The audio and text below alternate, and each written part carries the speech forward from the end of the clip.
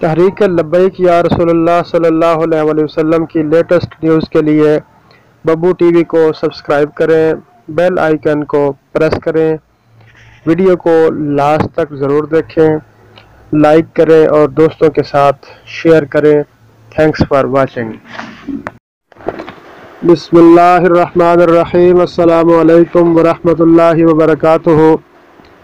11 April 2019 کو تحریک لبیک یا رسول اللہ کی قائد قبلہ امیر المجاہدین کو عدالت میں پیش کیا گیا۔ امیر المجاہدین کی ضمانت 95% متوقع تھی، مگر وزیر اعظم پاکستان کے ایک انٹرنیشنل میڈیا کو انٹرویو دینے کی وجہ سے سماعت ملتوی ہو گئی۔ تفصیلات کے مطابق وزیر اعظم پاکستان نے انٹرویو میں بتایا کہ آسیہ ملعونہ کو مکمل طور پر محفوظ رکھا ہوا ہے اور ہم یورپ کو یقین دلاتے ہیں کہ اگلے چند ہفتوں میں ہم آسیہ ملعونہ کو بحفاظت باہر بھیج دیں گے۔ چونکہ عدالت میں رضوی صاحب کے ساتھ ڈیل کرنے کی کوشش کی جا رہی تھی کہ رضوی صاحب آپ آسیہ ملعونہ کے فیصلے کے خلاف احتجاج نہیں کریں گے اور روڈ بلاک نہیں کریں گے۔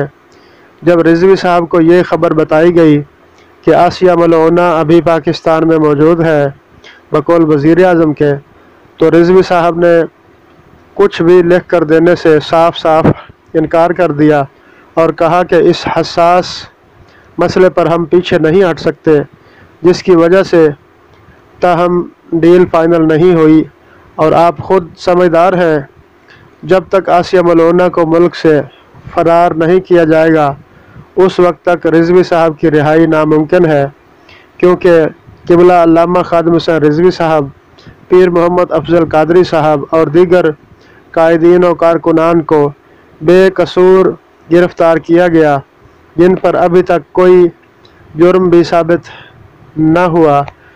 صرف اس لیے گرفتاریاں کی گئیں کہ آسیہ ملعونہ کو بآسانی فرار کر سکیں، اور اس کے لیے حکومت کو اوپر سے بہت سخت پریشر کا سامنا ہے، جس کی وجہ سے رضوی صاحب پابند سلاسل ہیں اور صبر کے دامن کو مضبوطی سے تھامے ہوئے ہیں۔